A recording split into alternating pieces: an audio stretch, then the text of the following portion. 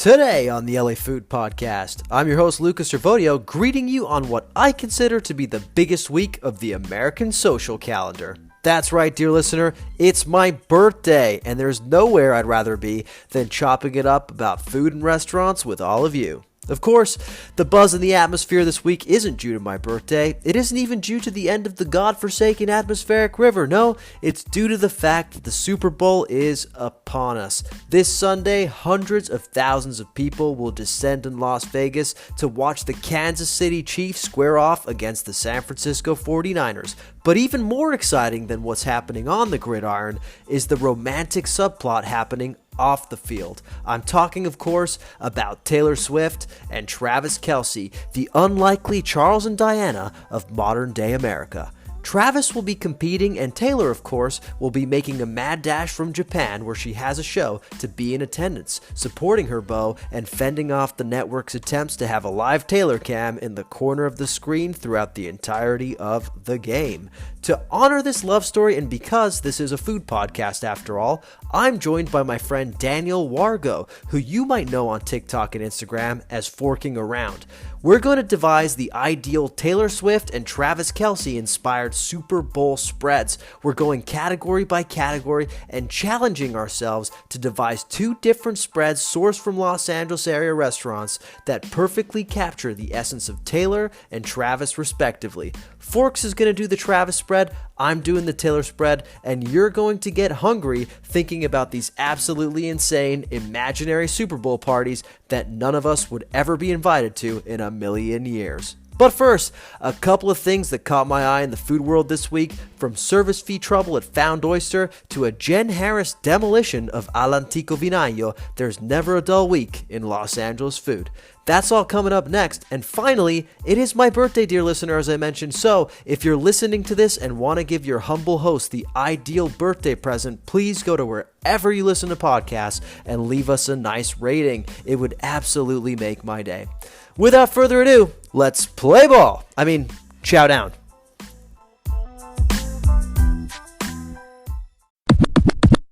Dear listener, it is Super Bowl week. That's right. It's one of America's unofficial holiday weeks.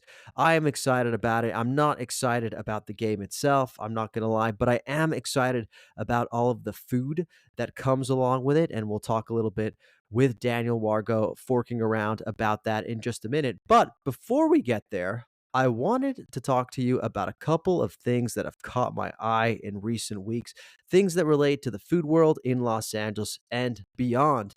First things first, we've had another chapter in the service fee saga, as I'm calling it. A former Found Oyster server filed a class action lawsuit against Last Word Hospitality, who you might know from their great restaurants such as Found Oyster, Queen Street, Barra Santos, and more. So basically, this server is alleging that the company Last Word Hospitality was withholding the tips that they were collecting in the form of service fees and basically using them for other things like paying managers or doing other things with those service fees within the business that were not going to the employees, as was the stated intention of those service fees.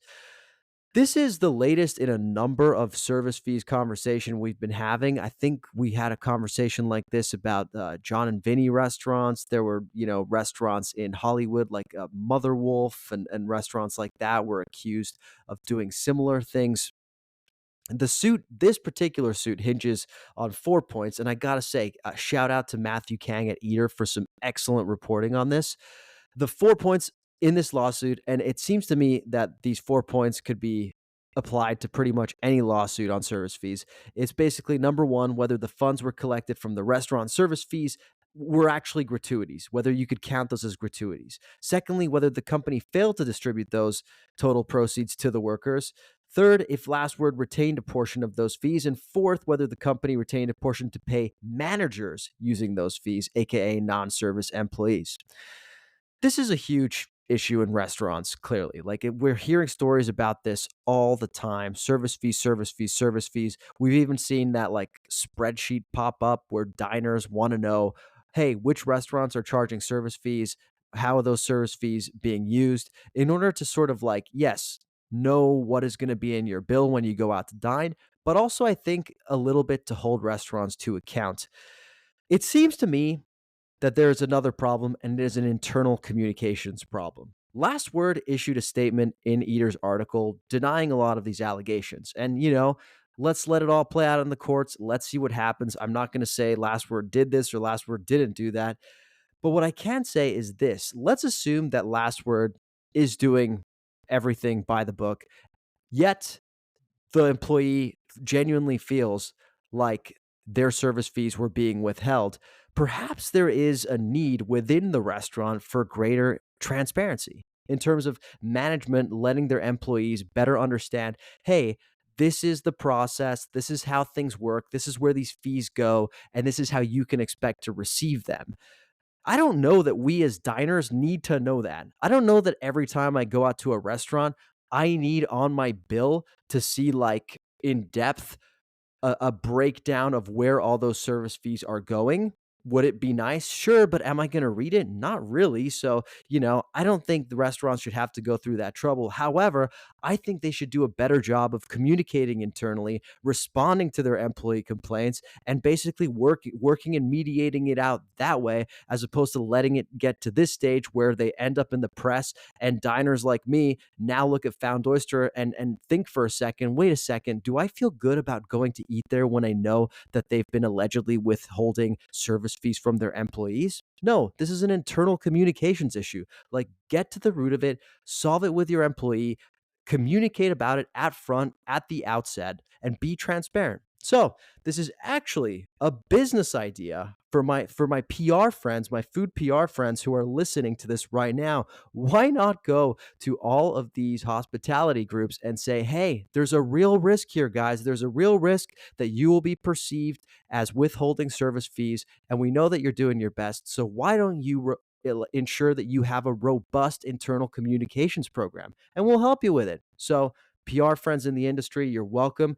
That's a free new business idea. Did I just solve service fees, guys? I think I may have just solved this issue. No, not really.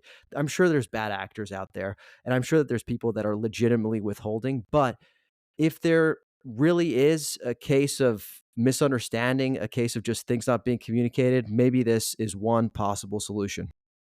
Moving on to something a little bit more lighthearted, okay? Something a little bit lighter, something a little bit more fun, kind of. Well, it is Jenn Harris. She put out a bona fide hit piece on All'Antico Vinaio in the Los Angeles Times this week. It was an article that was titled 31 LA Sandwiches That Are Better Than the Quote Unquote Best Sandwich in the World.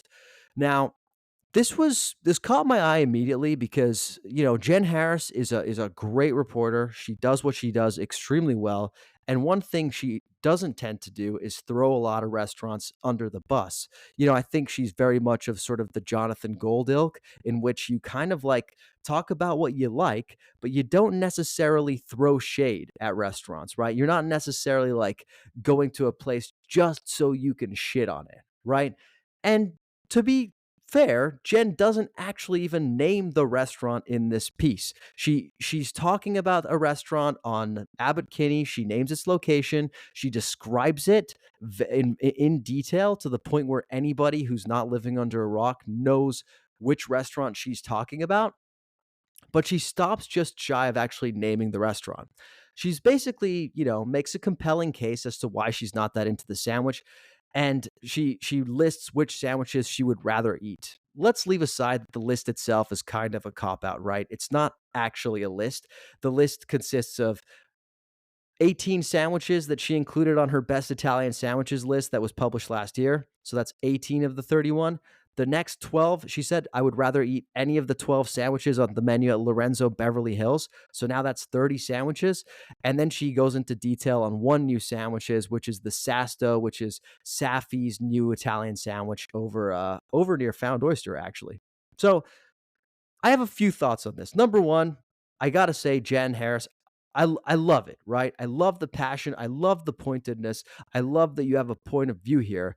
But I do have to wonder, why don't you just name the restaurant at this point? In the first line, you say, I don't believe in quote unquote throwing shade that eclipses the sun. Jen, the shade has been thrown. You haven't named the restaurant, but you might as well have. And I just don't understand why not name the restaurant. And I think this comes back to something that we've talked about on this podcast before, and that is, what is the role of food journalism? Well, back when food journalism started, there was a role that had to do with ensuring that people who are reading the newspaper, who have a choice to make in terms of where they are going to dine, they only have a limited amount of money, and it was almost like the newspaper's duty to make sure that they are spending the money wisely, right? That they can sort of like know when they're going out, they're going to be getting something of quality. They're going to be getting something that they feel good that they paid for with their hard earned dollars. I think that's kind of what Jen was trying to do here, right? I think she was basically saying to people who are reading the Los Angeles Times, look, don't feel like you have to follow this TikTok trend of going to All'Antico Vinaio, this new fangled fancy sandwich shop that is a transplant of Italy that opened up on Abbot Kinney that you're seeing on TikTok everywhere. Like, the lines are super long, the sandwiches are super expensive, and you know what? There are other places where you can maybe even do better. And I think that that is a valiant thesis, Jen Harris, a very valiant thesis. But you know, you're doing your job if you name the restaurant. I don't think there's anything wrong with it. I don't think journalists have to be afraid of naming the restaurant. Maybe this was like a little tongue in cheek way of doing it. Maybe I'm being harsh, but I do think in general, I think that there is a reticence from a lot of journalists to name restaurants that they don't like. But I think the people deserve to know that. Should influencers be doing that? I don't know. I feel a little differently when influencers do it, because influencers, I'm not sure that they have the same social contract with their viewers that the LA Times has with their readers. So that's a separate conversation. But for this one, I'd say great piece. We'll put it in the show notes, but just name the damn restaurant. I named it for you, dear listener, All'Antico Vinaio. So you're welcome. Okay, moving on. I just wanted to quickly congratulate all of the street vendors in Los Angeles because there was a huge victory this week. The city council voted to do away with the no vending zones, which we have discussed at length on this podcast. In case you missed those episodes or street vending is not really your thing, and that's okay, I'll just quickly say this, right? There were certain zones in the city that the city council had said street vendors cannot sell at. And that was the Hollywood Bowl, that was the Hollywood Walk of Fame, it was Staples Center, it was basically all of these really busy places. And the city council, without giving much of a reason, had said street vendors, you can't sell there. These are quote unquote no vending zones. Well, a lot of street vendors had been selling in those places for decades and decades and decades and had loyal customers. It's really how they earn their living. So there was a lawsuit from these street vendors against the city, basically saying, hey, you didn't really give a good legal reason why you have these no vending zones. You cited quote unquote public safety, but you never backed it up with any studies or anything. So instead of going through with the lawsuit, the city council decided to basically just lift those no vending zones, and now street vendors can do it. It's a huge victory. They also did something where they lowered the permitting cost of legal street vending from hundreds of dollars to $30, which removes a huge barrier to entry to people who come to this country or are in this country and want to sort of get a leg up and get their sort of entrepreneurship wheels in motion via street vending. Now they can do so with a permit of only $30 as opposed to hundreds and hundreds of dollars. It's a huge win. There's another frontier in the battle, and that's why the street vendors are still moving forward with their lawsuit. The lawsuit now isn't so much about the no vending zones, but it will be to basically ensure that any fines that were accrued by street vendors while the no vending zones were intact, those fines can be forgiven. And I think that makes sense. Why should street vendors have to pay fines for something that is no longer illegal? So we'll keep an eye on that. We'll have our friends from Inclusive Action at the city, or Jeanette Villafana at LA Taco, who has been covering this issue very diligently for a very long time, back on the pod to discuss. But for now, street vendors, huge victory, huge congrats. I can't wait to go support my local taqueros and my local fruteros. Okay. Finally, before we move on to Daniel and we get to the fun part of the episode, I wanted to quickly plug that on the LA Countdown, we have a new series that I'm really excited about. It's called The Unlistables. The Unlistables, okay? This is a series where basically I am going to go once a week, maybe more, depending on how the series does, to restaurants and eateries and stands that are not anywhere in food media, aka they've not been covered by the likes of The Infatuation, by Eater, by the Los Angeles Times, by LAist, not even by LA Taco. Okay, we're gonna go and find these restaurants and basically ask ourselves, hey, why hasn't this been on a list, and is it listable? We're gonna aim to find the hidden gems. I had an idea a while ago that was inspired by the Dave Chang podcast, actually. They were talking about how food journalists should not just go to like the main hot restaurants in Los Angeles, but should maybe go to the restaurant next door. And I think they even tried to start something where they were going to go to the restaurant next door to the like hot restaurants in LA and see what's up.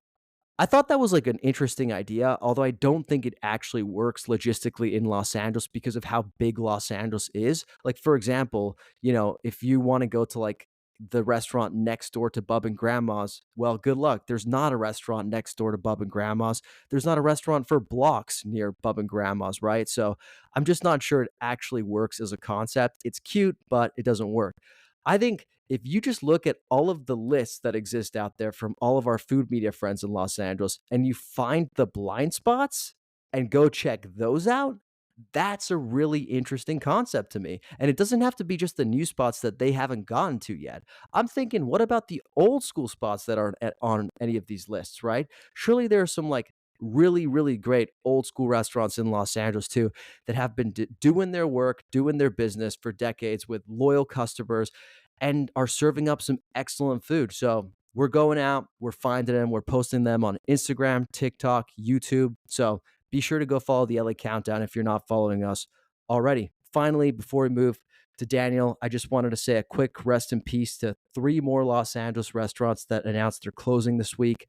The Manskes lost two more restaurants. They announced that they're closing Michelin-starred Manzke and Bicyclette, the French bistro over on Pico near West LA.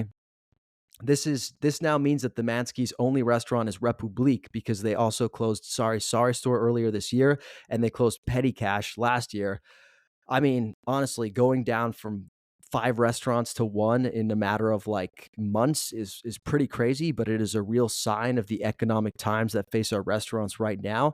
Also closing is the excellent Banh Mi store in Hollywood, Bon Oui, which I included on my sandwich countdown and I really, really liked. I'm gutted to see it close. As I said, it's a heavy time for Los Angeles restaurants, a really hard time for them and making their margin. So I think, as consumers, let's just keep doing what we can to be out there supporting our restaurant friends, maybe not complaining about the higher prices, understanding that they need to do this in order to make their margins. And maybe we're just more selective with where we go and how we spend our money. But, whenever we can, trying to put some money back into the community because these people work hard. It's what makes our restaurant scene so great. And honestly, Los Angeles is nothing without them. So sorry to end on that dour note, but I promise we are absolutely going to turn things around with my good friend Daniel Wargo coming up next. Welcoming back to the LA Food Pod, a man who is somehow becoming the unofficial LA Food Podcast sport correspondent. It's a man you might know as forking around on social media, but I call him Daniel Wargo. Daniel, how you doing today? I'm doing great. How are you doing, Luca? I'm doing good, man. I really can't complain. Are you staying dry? I'm doing my best. I'm doing my best. I got to take the dog out a couple times a day, and that's been a chore. How does Sherman do in the rain?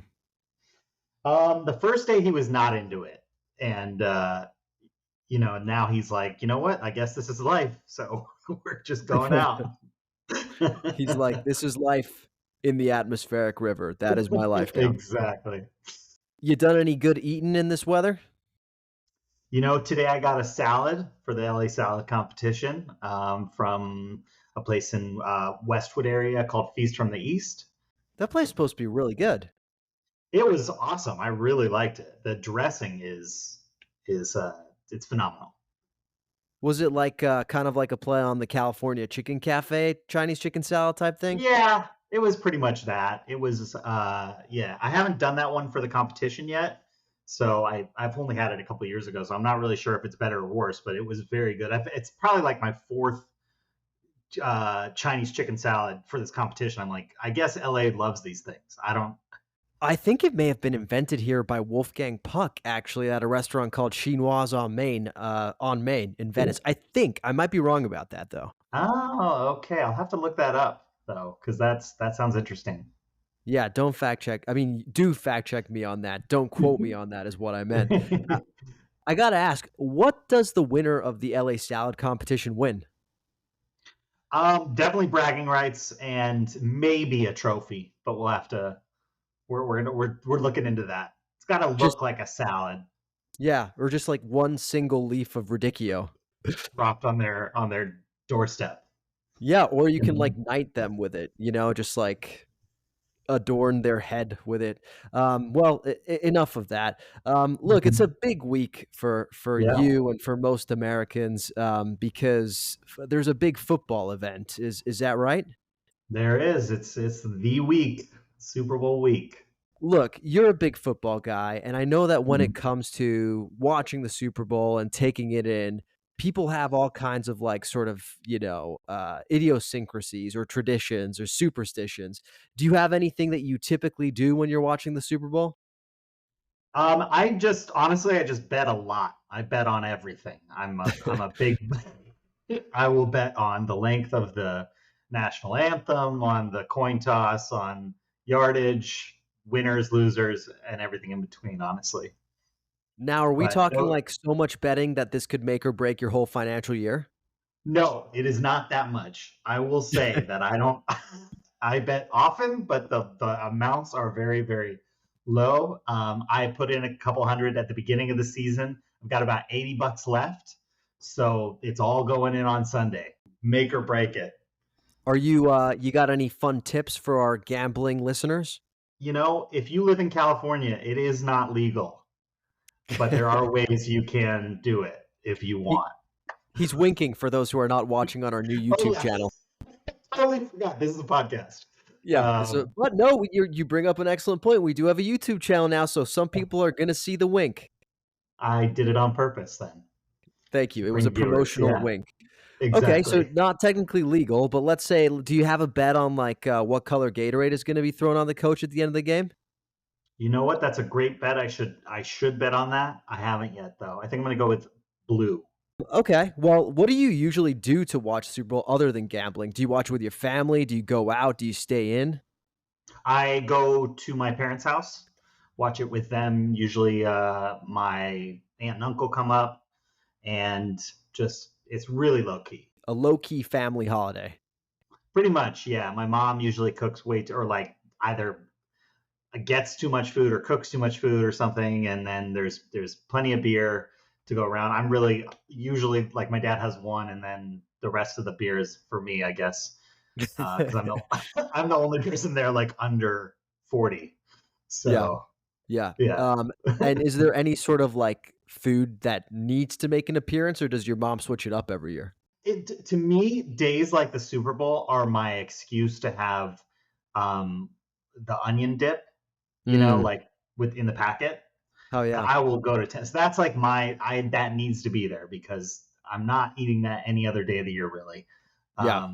But the rest of it kind of depends. Sometimes there's wings. I'm not a big wings guy, but it feels like a football thing. So they're there. And then Literally, the my rest. wife just started eating meat again, and her one request this year for the Super Bowl was that we have wings there. So she's the Whoa. opposite of you. Wow. Okay. Do you know where you're getting them from? Yeah, I put up a poll on Instagram, or actually a question, I should I say, remember and that. Yeah. a lot of people got back to me saying like what the best wings are, and it turns out Ye Rustic Inn in Silver Lake is a dive bar that has excellent wings, from what I'm told. However, Hmm. I'm a little bougier than that, so I don't think I'll save that for one night when you and I are out on the town and have had too many beers. That But sounds great. for my wife who hasn't had meat in a while, we're going to her parents' house and they're a little bougier too. Um, Another name that kept coming up was Gorilla Pies in the Valley. So, That's the one I put in there. I mean, I'm not gonna lie, I forgot that you had put that in there as well, but thank you, Daniel. You're It welcome. came up a lot, and so we're gonna put a pre-order in at Gorilla Pies. We're gonna get 24 of their finest wings in each flavor. I believe they have lemon pepper, they have buffalo, they have something called spicy dry, which is a name Mhm. I used to dance under as well. And then Sounds like it. yeah, and then there's also the classic agave honey or something like that. Chili, agave chili, or something like that. There you go. Do you have a favorite at Gorilla Pies? That one is by far my favorite. The Really? yeah, the oh my god, those are exceptional. Just yeah, the crunch, the flavor, everything. And you got to get the ranch. It's the best ranch in the game, I think. He was very specific that that wing could not go in the ranch. So Yeah. he was that one is not for the ranch, but for the other wings, definitely with the ranch. What if I try it? What if I try dipping it in the ranch? You know, even you. The look on his face when he told me that, he was like, "You can do whatever you want," but I just saw the pain that it would have caused if I had done that. So I Yeah, saved no, him for the buffalo wings. he's like a legit chef too. He's like former fine dining and everything, and he just wanted Yeah, to like Nobu. yeah, Nobu exactly, and he just wanted to like pay homage to his Pittsburgh roots, opening up this pizza spot. So, if he Yeah, says don't do the ranch, he probably means don't do the ranch. he, yes, and I trust him with my life now after I've tasted his food. Yeah, very, very good stuff. Well, that's our plan. That's our plan. Now, we have to talk about the elephant in the room, Daniel, which is that this year, the Super Bowl is not really about what's happening on the field strictly. There's going to be a very Yep, special guest in attendance by the name of right. Taylor Ann Swift. I don't know that that's her middle name. I just made it up. I believed it. Yeah, could be, could be. You never What know. do you what do you think about this whole Travis and Taylor narrative storyline that hangs over the Super Bowl? It has been honestly an emotional roller coaster for me and for a lot of people because at the beginning I was a little bit annoyed because I'm like, well, they all have wives, they all have girlfriends. Like, why do we care, right? And then I thought it was fake. For a long time, I thought it was fake. I thought it was. I thought they were being paid to date. Honestly, just seemed a little convenient. He says it over the summer. All of a sudden, she's really into him. Like, and nothing against Travis Kelce, love him to death, great football player, but like she can do better. So Why do you okay, so look, I'm coming into this as someone who knows the name Travis Kelce, knows he's a very good tight end, knows yeah, that he's also got a decent tight end from what I know, hint hint. And also yes, that he is he's charismatic. He was on SNL, which you yeah. don't often get for athletes. You certainly don't get that for athletes who aren't quarterbacks typically. Um, Hmm.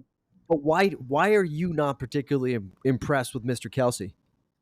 Oh, I just think it's nothing. It's nothing against him. I mean, he's great. He's great at what he does. He's super likable. He's very charming. I just see her as this like very poised, sophisticated New York woman who is taking over the world and rebuilding economies. And I just am like, what do they have to talk about? Like, how do they, like what are they going to talk about? And maybe that's not Yeah. what they're doing, and good for them. But I don't know. I don't know either of them. So, You are right that at some point you need to talk in a relationship, so that could pose some issues. The question is, who would you go for if you were Taylor Swift? oh God, I don't know. Maybe there's no man that's good enough for her. I have no idea. I'm not sure. But maybe like some kind of like painter Ah, or you know, I don't know. I don't know. She's dated a lot of great candidates along the way, and I'm just gonna say this. I'm happy they're happy. That's all that matters. I just want people to be happy. I don't care. I don't know either of them, and I probably never will, to be honest. So hey, we don't allow that kind of dream crushing talk on the LA Food Podcast. Okay, maybe I will. Maybe we'll be good friends someday. I don't know. Right we're now, you and I are going to be grabbing martinis with them in some New York bar someday. Don't you worry about it, my I friend. Now, can't okay, wait. I cannot wait. look, we're going to make the best of this Travis and Taylor situation, okay? Because today we've got a Hmm. very special activity on the LA Food Podcast. What we're going to do, we are Hmm. going to devise the best Travis Kelce inspired spread and the best Taylor Swift inspired spread and basically see which ones the listeners prefer. You're going to be in charge of the Travis Kelce spread because you are the football guy, and I'm going to be in charge of the Taylor Swift spread because I don't know. I'm kind of a Swiftie, you know, and also because I'm not the football guy. So ergo sum, I get the Taylor Swift spread. So Sure. any questions about this assignment before we embark? No, I think the rules are pretty clear. We have two very different type of people, as we've already talked about, and I'm sure they have different palates as well. Okay, fair enough. So we're going to go category by category, starting with the most important category, arguably, and that is Hmm. booze. Let's start with you, Yeah. Daniel. At your Travis Kelce inspired Super Bowl party where the spread is Travis Kelce inspired, what Hmm. booze are you serving? Okay, I thought about this really hard. I wanted to get into Travis Kelce's head. I wanted to get Okay. into his life. And so at first I was like, he's pretty simple. I bet he just likes beer, But then I just started doing some research, found out that Travis Kelce made a little investment in a cocktail company. So Okay. they are canned drinks, Casa Azul tequila, canned soda, canned tequila sodas. Wow. Okay. First of So all, I must applaud you for doing your research, which is something thank I'm you. not accustomed to when I invite Father Sal on the pod. So I just a really refreshing change of pace. So thank you for that. Wow, Um, throwing him under the bus here. oh yeah, bus tracks all over his back. Now, oh, I actually really like that shout. Also, I feel like if you're Thanks. gonna be drinking throughout the course of a game, like a nice little tequila soda to kind of keep you a little bit buzzed, but not too drunk all the way. I kind of like that. Yeah. How do you feel about canned cocktails in general? I'm like, I'm fine with them either way. Like they don't really. I've never had one that was bad, and I've never had that one that like made me go, I have to drink that every day of my life. Thankfully, uh, but yeah, they're fine. I feel like Yeah, this is a good one because you still get to hold it like it's a beer, but yeah, you're kind of getting because if it's tequila soda, it's soda water. You're getting dehydrated and hydrated consecutively, so you're it's a wash at the end of it.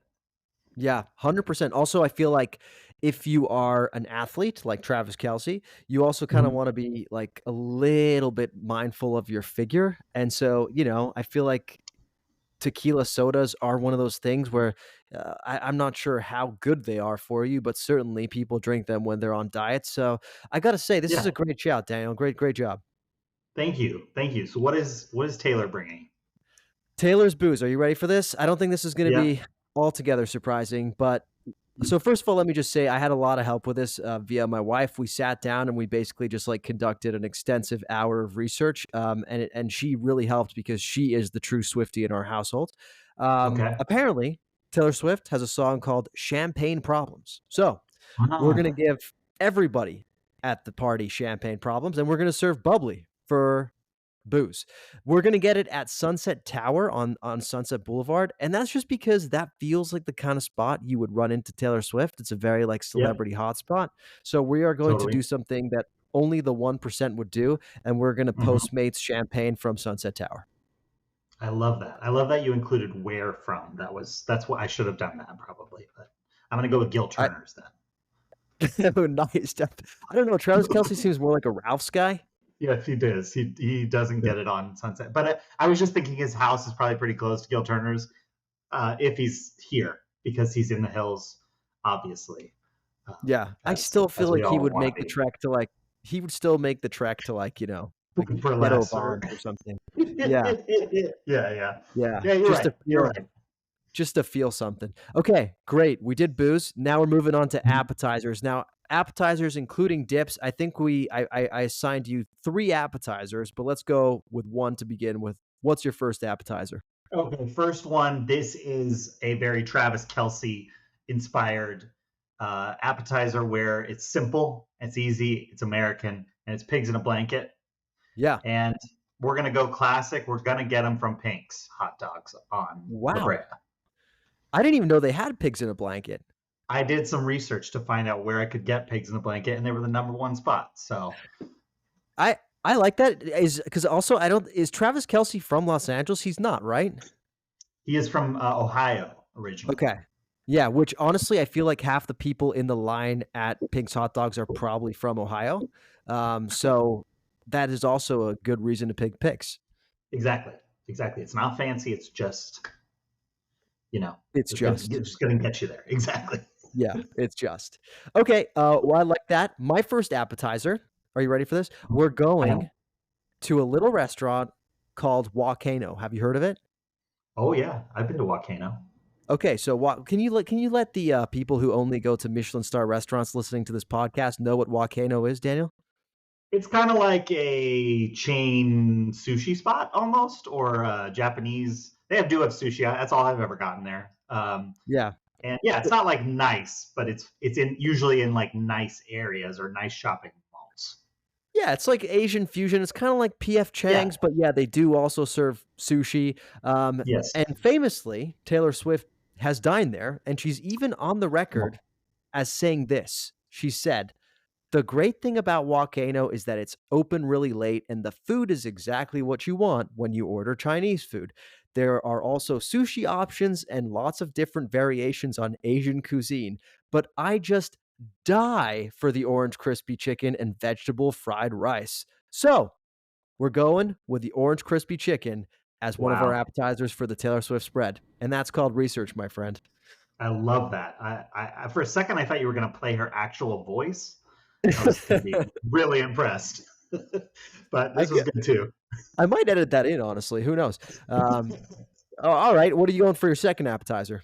Okay, second one. I wanted a dip.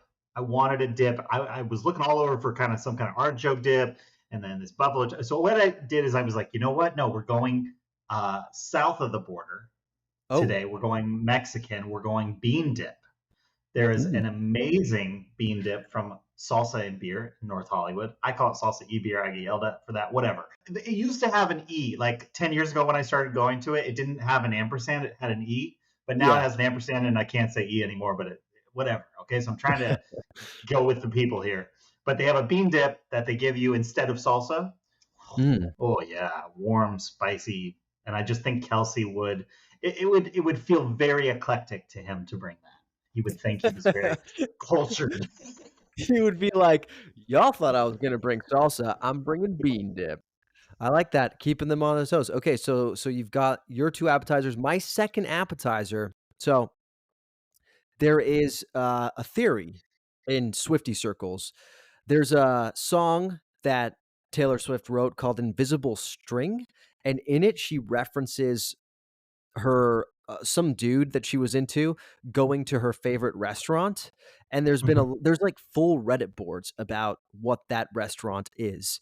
And Oh, scouring those Reddit boards, it seems like that restaurant may be Nobu. So oh, I took that plus information that she is notoriously into sushi and decided that the second appetizer at the Taylor Swift spread is going to be the spicy tuna on crispy rice from Nobu. Boom. wow. Okay, you're Taylor. I knew that. I expected this though. Taylor has class, and she's going to Yeah. bring some Volcano and Nobu No, this to is the definitely Super Bowl like party. two different sides of like the train tracks Super Bowl spreads. Yeah. Yeah. Yeah, no, this is great. I mean, I saw you recently had some spicy tuna on crispy rice though at one Oh, of the I've sushi had that. restaurants. One of my favorite dishes, but I've never been to Nobu at this Yeah. point in time. Yeah. Gotta build that wallet up. Well, again, one day it'll be me, you, Travis, and Taylor out of Nobu. Okay, third appetizer. Let's hear it.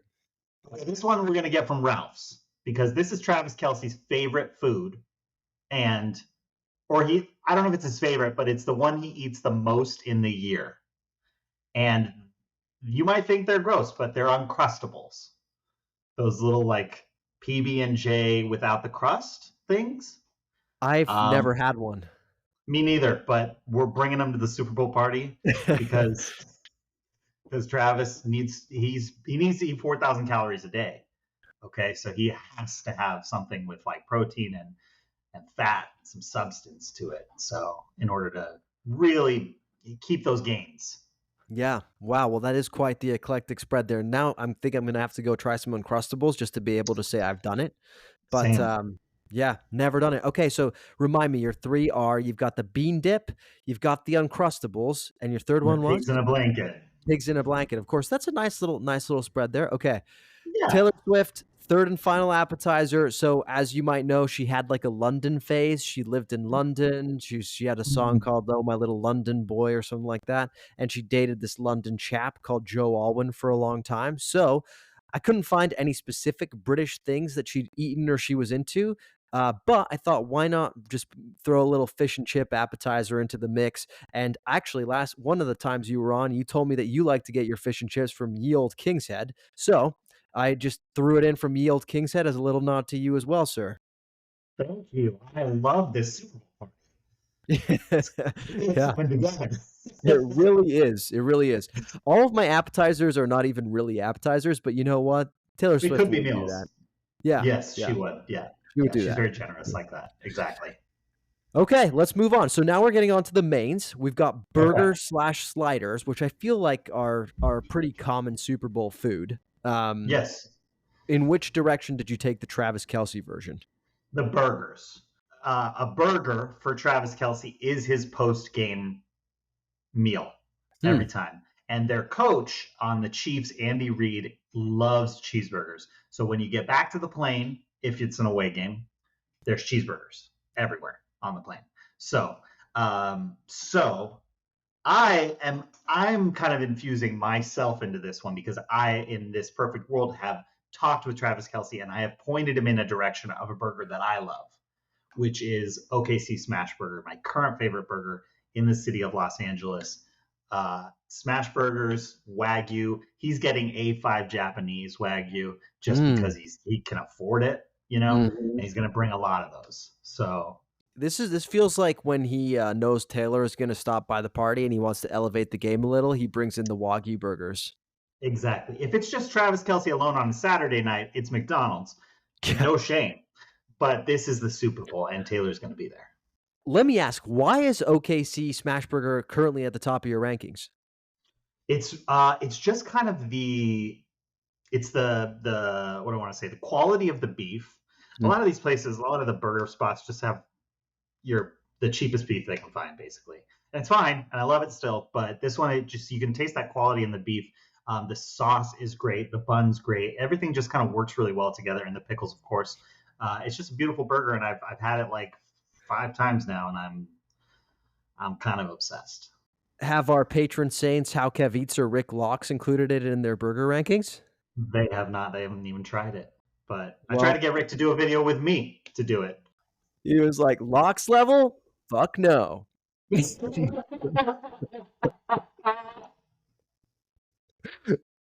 Oh my god, I love it. Okay. Rick, Yeah. we're just kidding, man. We love you, man. Come on the podcast. Seriously, we're big fans. Yeah, We'd Rick love Locks to should chop it up with definitely you. come in.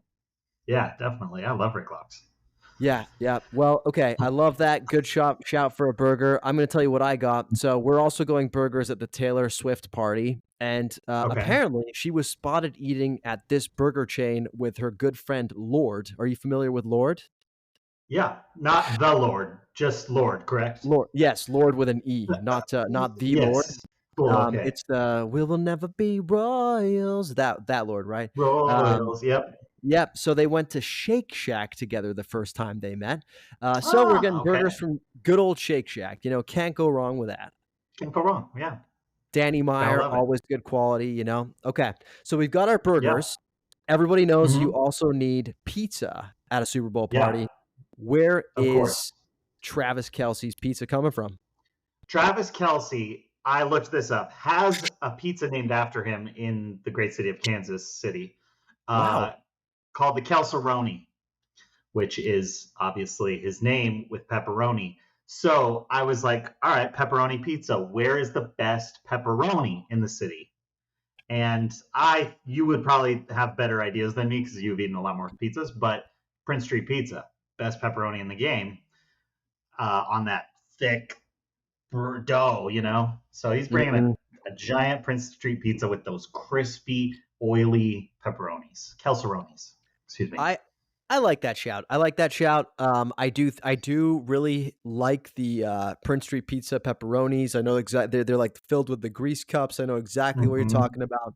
I also like Yeah, this because Taylor Swift has some New York in her. You know, she's lived in New York for a long time. So again, I exactly. feel like if he's trying to give a nod to the lady, make her feel at home when she gets to the party, I appreciate giving Exactly. her a little slice of home. So good job by you. Yeah. Thank you. Thank you. Okay, you ready for Taylor's Pizza? Oh, I'm so ready. So there's two options here. So we might have to order from two places. Okay, so Mhm. one is perfectly bougie and very in line with the rest of this spread. So Taylor was spotted at this restaurant the night before the Golden Globes having dinner with none other than Brittany Mahomes. Oh, And I saw this. and it was at Spago in Beverly Hills. Spago, famous for their smoked salmon pizza with caviar, which, if that doesn't scream opulence and Taylor Swift Super Bowl party, I don't know what does. That's going to be one of the pizzas, but also Okay. because she's from New York, because she dated a guy called Joe for a long time, we're also going to have a slice of Joe's at the party too. Sort of as like a, Okay. a nod to her past, a nod to her present. Hmm. So RIP Joe Alwyn. We're going to serve some Joe's New York pizza at the party as well. Okay. I love it. I especially love that smoked salmon one. I gotta put that in my mouth someday. It's good, Sounds man. It's a amazing. good pizza. It's not the one, it's not one you go to for the dough necessarily. It's not Uh, even one you go to for the flavor combo, honestly. It's more you go for like the ambiance and like the kind of like history of the pizza. yeah. But honestly, I make a pretty damn good smoked salmon pizza myself in my uni oven. So you just come on over to the Servodio residence, my man, and I got you. I am waiting on that invite very anxiously. So let me know. Keep waiting.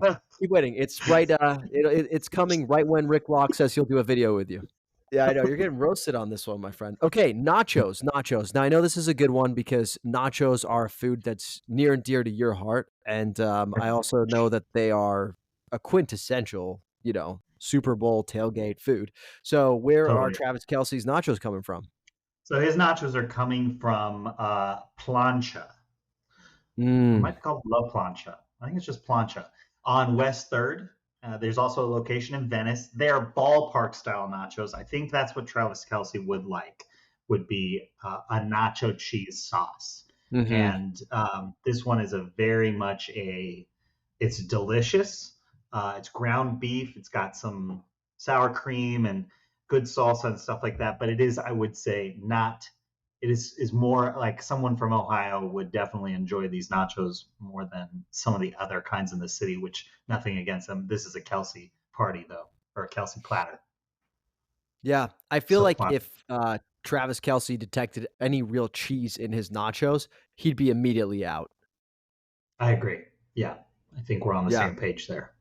good. Okay. Well, then I think that's a great shot, and I know you love those nachos, so I gotta get Those a are my little. favorite nachos in the city too. That Yeah, I've I had. gotta I try haven't had them. them. They're great. I'm a They're big nacho yeah. guy, so I really gotta try them. But anyways, Taylor Swift nachos. Okay, so apparently she's a fan Mhm. of Gracias Madre in Okay. which has We multiple hope. locations, but obviously we Oh. have one in Melrose, in WeHo. Mhm. Yep. So we're getting their vegan nachos. Add a little bit of vegan option to the party 'cause she's a very inclusive gal.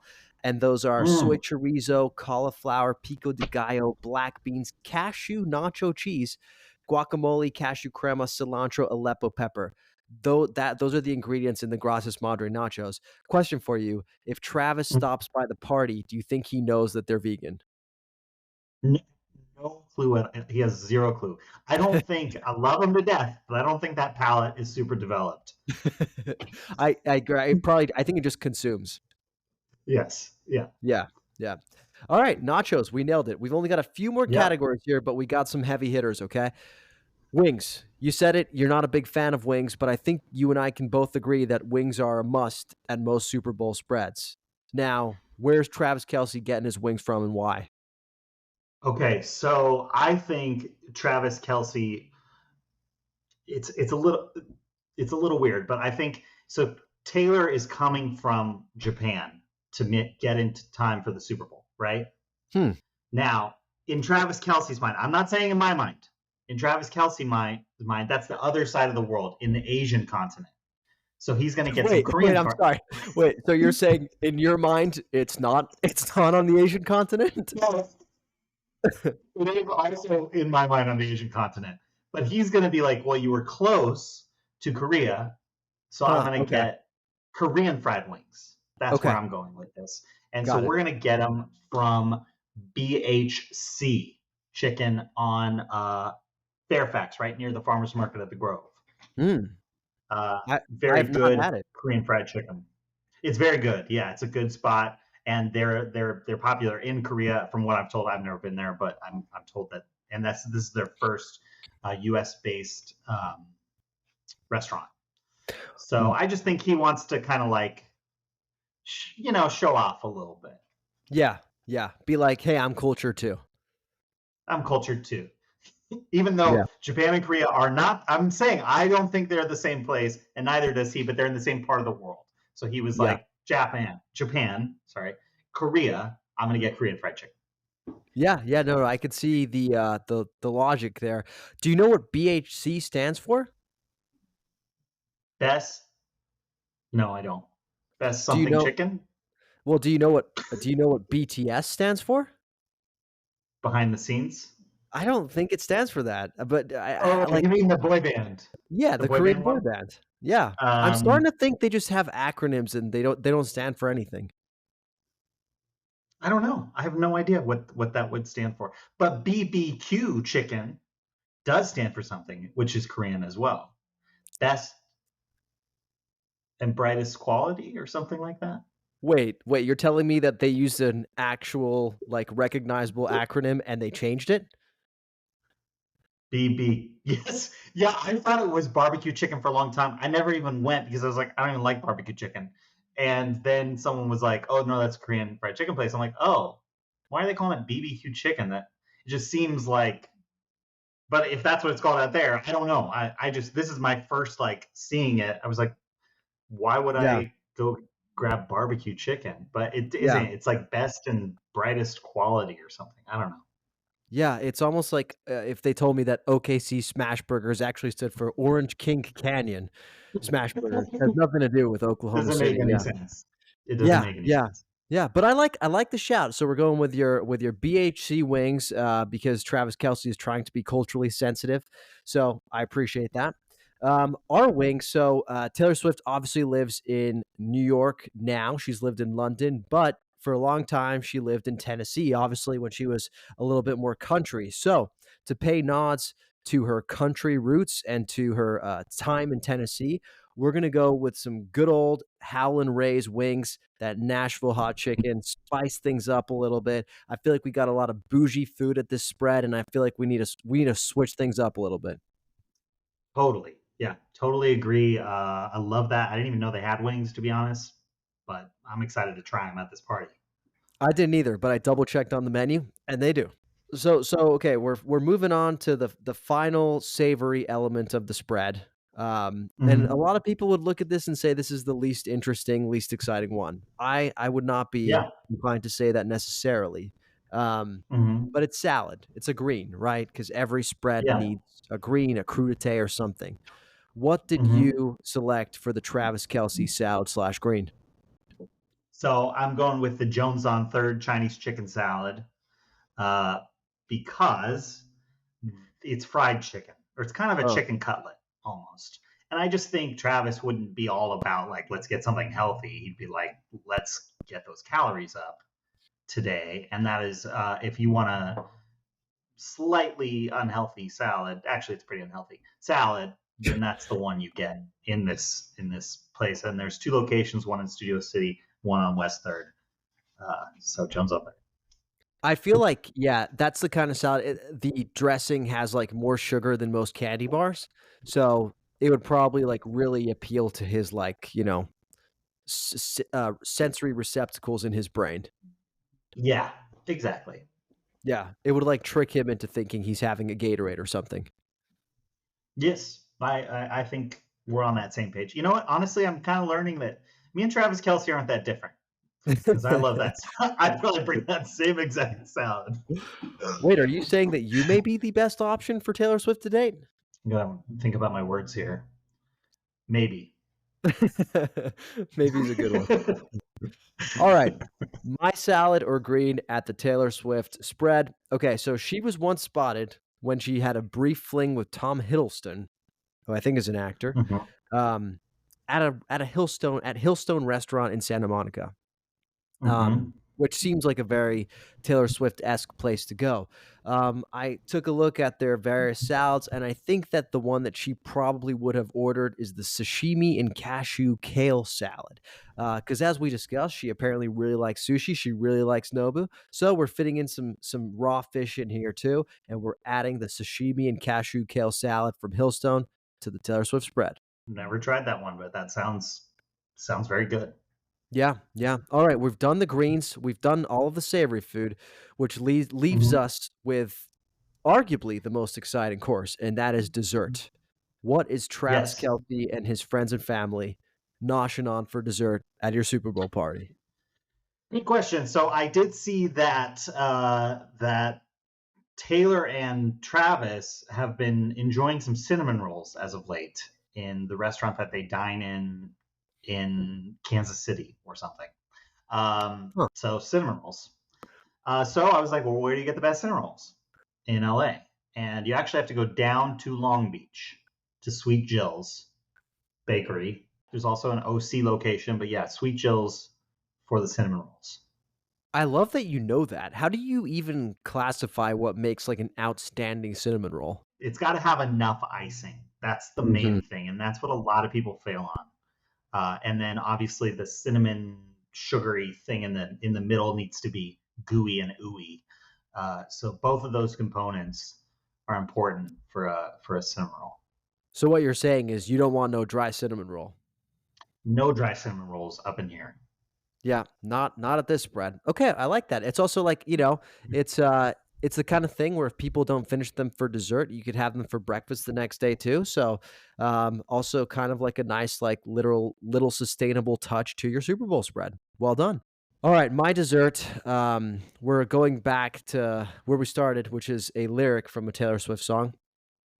She's Mm-hmm. apparently in one of her more emotional songs got a line about a yogurt store. Something about like, Oh. "You were in line at the yogurt store," something like that, right? We are going to go with the best frozen yogurt in the entire city of Los Angeles, and that is the frozen yogurt from Go Greek, which has multiple locations, but Mm. I like the location in Beverly Hills the best. The location in Santa Monica could be kinda scary sometimes. Um, Go Greek, fantastic. It's basically frozen Greek yogurt. The quality is always on point. The mix-ins are very, like, fancy schmancy, high quality as well. I feel like if Taylor Swift were to ever appear at a yogurt store, at a frozen yogurt store, this would be her jam. So we're getting everybody whatever the heck they want from Go Greek, and we're calling it a wrap at the Taylor Swift Super Bowl party with that. I love this. I've never been to Go Greek. Gonna have to try it. Clearly, well, maybe I guess I'll be trying it on Sunday at the Super Bowl party. You think you're getting invited to the Taylor Swift Super Bowl party? Oh, I thought we were gonna go. Oh, no, I don't know why. yeah, no. We picked the menu. We did, yeah, but we're just the curators. We don't actually get an invite. Damn it. I was so excited. Okay. Uh, Hmm. Thank you, Daniel. We appreciate you joining us to share Of your course. very well-researched Travis Kelce spread, and listeners will be, posting these menus on Instagram and putting them up for a vote, so look out for that. Now, Daniel, who you got to win the Super Bowl on Sunday? The million-dollar question. I think the Chiefs are going to do it. I know the line is looking more like the 49ers. I just and while they're a good team, obviously, I just don't see it. I think they might even be a better team than the Chiefs, maybe, but the Chiefs have Patty Mahomes and Travis Kelce, who are I don't bet against them in moments like this. They're good on the big stage, and this is the biggest stage there is. So I think we're going to see another Chiefs victory, back to back champs. You heard it here, dear listeners, and that's for all of you who, like me, do not follow this stuff very closely, but still want to be involved and feel like you know what you're talking about. So just, listen to that part of the podcast on repeat and sound really smart at whatever Super Bowl party you're going to. There you Thank you, go. Daniel. And hey, before I let you go, bud, anything you want Yeah. to plug? Yeah, I'm always doing my content on Instagram and TikTok, but officially as of next week, I will be having more long form content on YouTube. forking around on YouTube. The one video per week is the goal. So yeah, if you want to be with me for a longer period of time, that's where you can find me. Any sneak peeks of the type of content folks can expect to find on there? Yeah, so this first video is going to be I checked out Bear Flag in Huntington Beach, which people say is like the best poke around. And so I went there, and that's going to be the first one, just kind of like a longer form uh, food vlog for this first one, just seeing how it goes. I don't know, we're going to test things. We love it. Forking Around on YouTube. We'll put it in the show notes. Daniel, thanks for joining us. Thank you so much for having me.